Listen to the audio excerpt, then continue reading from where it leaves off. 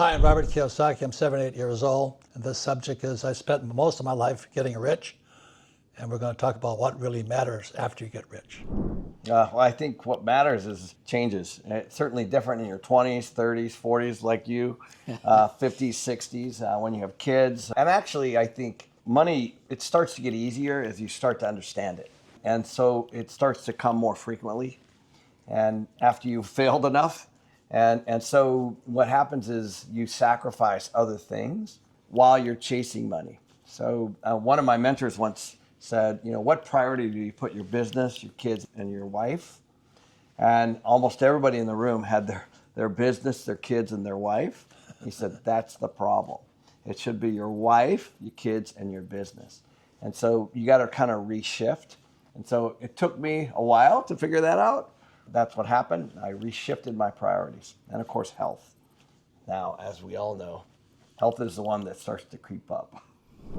So I guess I'm the young buck in Yes, this little you crowd right are. here. That's kind of crazy. But I just turned 46. And, for me, I think I had a perspective shift on what matters most, maybe a little bit early on in life. I remember when I got out of college, my whole goal was to retire early. And I started working, doing everything I could to work, make money. And I went from making $32,000 a year out of college to making, $150,000. I just kept thinking to myself, all right, if I work hard, make money, save money, I'm going to retire early. And, I started off in the corporate lane. That's kind of how I started off. And I started making trade-offs. Every new promotion for me came with more strings attached. And I found myself living in a different state than my family. And this was the second time in my career where I did it. And I kept telling myself, if I make enough, keep enough, save enough, invest enough, I'm going to retire early and I'll buy my life back. And I'll never forget my oldest son, he was born with a heart defect. And we knew about it when he was born. I mean, we kind of monitored it and looked at it. But 4 years now out of college after my son was born, I'm living in a different state than my family. And I'll never forget the day I got a call from my wife and she told me that my oldest son with this heart defect needed an emergency open heart surgery. And, at that point, yeah, I'd made some money, I'd kept some money, I'd invested some money, but I was trading little aspects of my life that in hindsight I can see now, my health, my relationship with my family, my role as a father. And I remember I came back home and had spent the next couple weeks in the hospital with my son, and I felt like he had been given a second chance, but also felt like I had been given a second chance. And I made a commitment that day that I would never trade my relationship and my role as a father and as a husband for anything. And I started prioritizing my life, my business, my pursuit to making money around that. And that's had, challenges. And I'm not saying I'm perfect with that, but that has framed how I want to pursue success in my life. I never know when our time's going to come. I never know when my time was going to come. But I remember sitting in the hospital thinking, if that was my son's time, that trade-off wasn't worth it. It wasn't worth it for me to be an absent father for 4 years for that kid for any amount of money. We lost a couple friends this year. 3 friends. Yeah, and it was Younger than me. yeah, and it was pretty impactful. Yeah. And so you never do know. Yeah. Right. And so whatever time frame we're on, some of them were real young. Some of them were younger than me, and a little bit older than you. And so you just never know. I mean, we all think we're going to live to whatever and then retire, right? There's a million books that talk about retirement, and everybody thinks it's 65, 70 years old. Robert's 78 now. Not all of us are so lucky. My concern has always been this gap between rich and poor is getting bigger because our monetary system, the Fed is a Marxist organization. It's corrupt. And so I had to make a lot of money for me. And years ago in the 70s, I was studying with Dr. Arbic Munster Fuller, invented the geodesic dome. He's a futurist. And he wrote a book called The Grunch of Giants. And grunch stands for gross universal cash ice. It's how our wealth is stolen via our money. I knew that as a kid. So when Fuller asked me one day, I was in a room of about 100 people. I'm 35 years old. He says, "What's your life's purpose, son?" I said, "To get rich." And I didn't know that was the worst thing I could have said. So Fuller scolds me in front of these 100 devotees of Bucky Fuller. And he said, "Why don't you ask yourself this question? What does God want done?" I said, "What?" He says, "Don't do what you want to do. What does God want done?" I'm not really religious, and he wasn't really religious either. But the question, what are we supposed to do here? And that's when I wrote Rich Dad, Poor Dad. I realized what I knew about money I had to share. I got even richer. So what does God want you to do? Money is just a game. Like I'm 78 years old.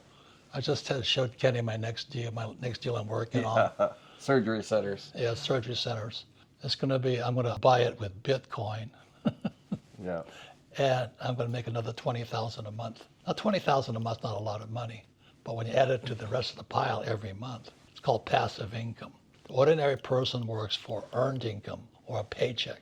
So there's earned income, portfolio income, which is capital gains. Capital gains is when you invest in the stock market or real estate. You want something to go up. You say, well, I'm rich because my house is now $1 million. Well, that's portfolio money. But passive income is cash flow coming in. So my cash flow is more than most people will make in a lifetime. It's just a game. I learned it playing Monopoly from my rich dad. And I think what happens when you make a lot of money is the goalpost keeps moving, your own personal goalpost. So more houses, more cars, bigger houses, second homes, whatever it is.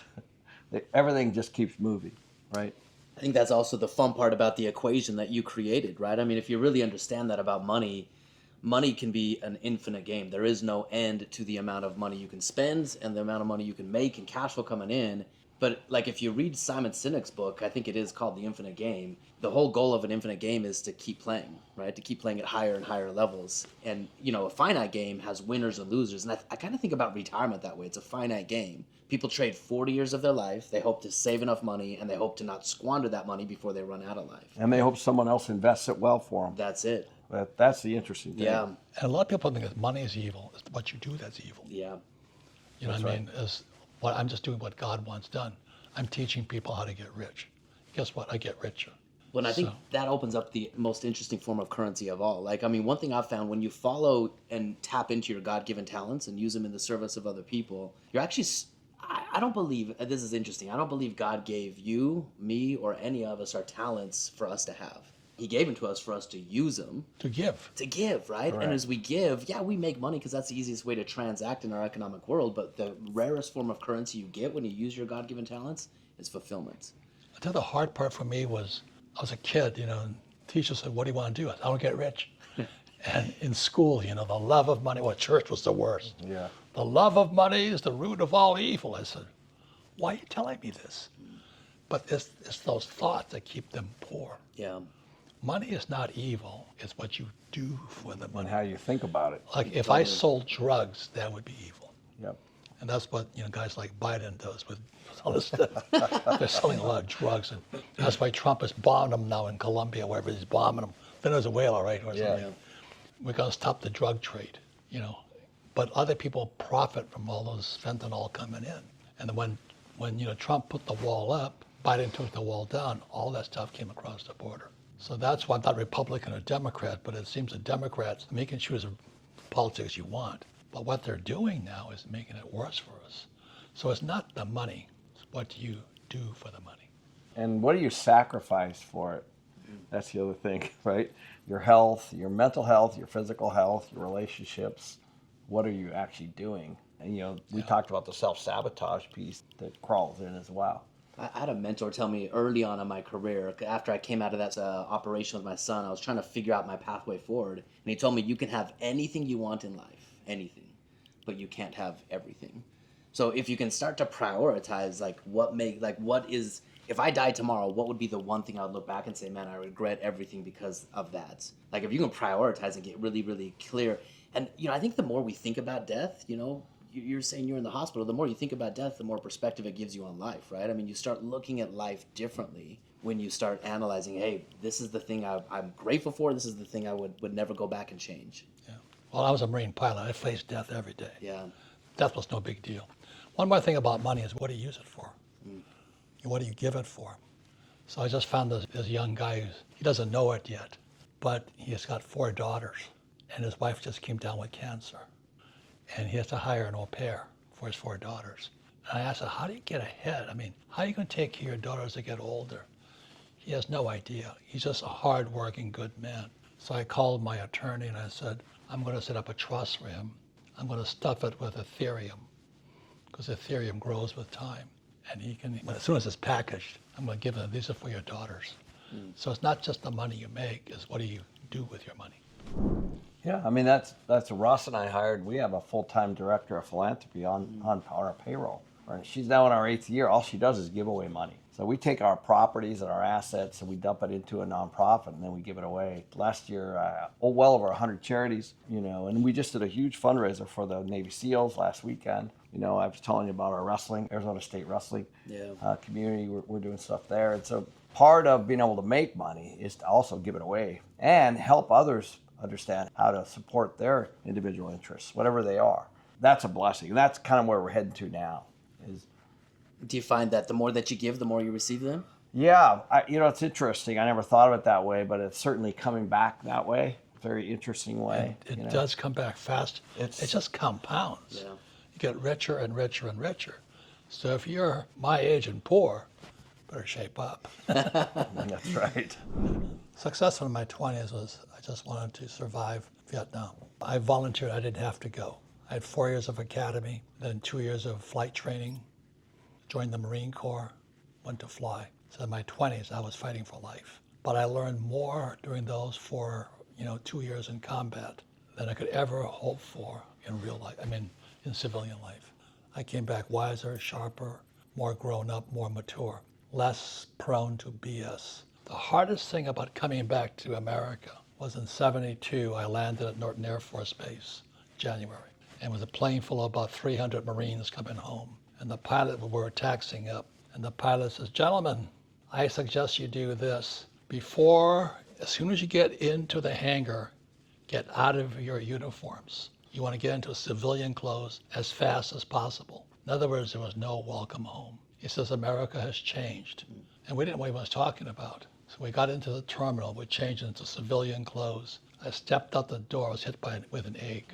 And all these hippies were spitting on us, hitting us with eggs, calling us baby killers. There was no Johnny comes marching home. That was Marxism invading our country. And a lot of those hippies are now our leaders in Congress and government. So that's why I'm still fighting Marxism. That's why Kenny and we studied Marxism. We did, yeah. The Communist Manifesto is frightening.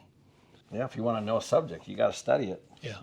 Marxism, one of the things that said workers of the world unite. In other words, labor unions are Marxists. The central bank is Marxist. And unions, taxation is Marxist. It's right in the Communist Manifesto, which was written a long time ago, as we all know. It's in there. It says a graduated income tax is essential for the spread of communism. And these teachers saying, you got to pay your taxes. And Ken and I do our best to pay no taxes. Yeah. Legally.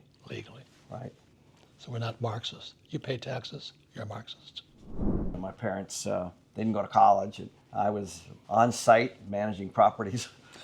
And the future right there. Collecting rent from people and doing maintenance and doing all those kinds of things. And my 30-hour, 40-hour, 50-hour, 60-hour, 70-hour, 80-hour weeks, as you know, I was like, man, I'm working a lot more. I'm making a little bit more, but I'm really not doing anything else. And so I realized really well into my 20s that I was not going to move the needle much if I continued to work for someone else. And I started my first business when I actually was 29. That was my very first business that I started. And then from there, I didn't know what I was doing either. In my 30s, that's when I learned how to grow a business, and I did. And then from there, how do you grow your investments, your assets, raise capital? And so I would say each decade for me has been incredibly. I've been blessed and certainly, but it's been really interesting. Where in my 20s, I was trying to just survive. In my 30s, I was building companies. In my 40s, I started to understand money. And that's when things really started to take off. I think that's interesting that you put it that way. I think you're right.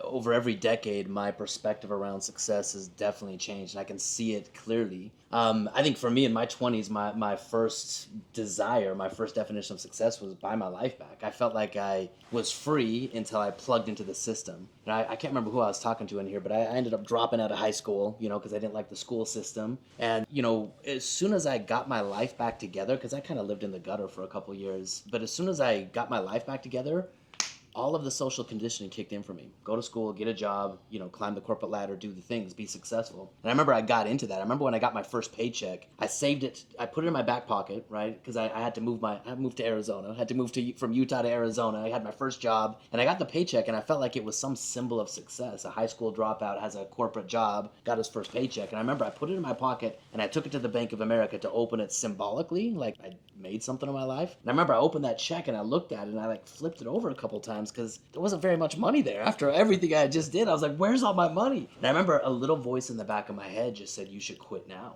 And I shoved it back down because I have a wife now, a kid on the way. And over those next 4 years, I traded everything that was success to make more money, keep more money, to retire early. And some of those wake-up calls kind of hit me in the head, and I realized that game has no success behind it. There's no end to that game. And so for me, it was retire early. But then I'm grateful because that's where I came across your book, like sitting in the hospital. Smart man. Yeah, man, sitting in the hospital, like when everything fell apart, you're willing to look at things differently. That's the best. When it all comes apart, Yeah. new stuff comes That's in. right. Yeah, new stuff comes in, and I remember I read your book, and Robert, I'll be honest with you, man. The first time I read your book, I wanted to throw it in a corner because I'm like, this defied everything that I thought I knew about money. I was so pissed off about it. But it wasn't until I picked it back up and actually internalized it and started seeing what was behind what you said that the game of 30s for me was now playing the game of money. It wasn't being played by it, it was playing the game of money. And that's where everything changed for me is I understood how to use money as a tool. When you understand the game of money, it becomes easy. You can get wealthy easy. And so the game of the year, like in my 30s, it was mastering money. And now in my 40s, I'm mid 40s. Now in my 40s, I've had the privilege over the last decade helping other people. Now that's my whole company, is helping other people take control of their money. And right now I want to grow that like crazy. I want to help more and more people, not retire early, but build a life that they never want to retire from. What does God want done? What does God want done? Yeah. Yeah.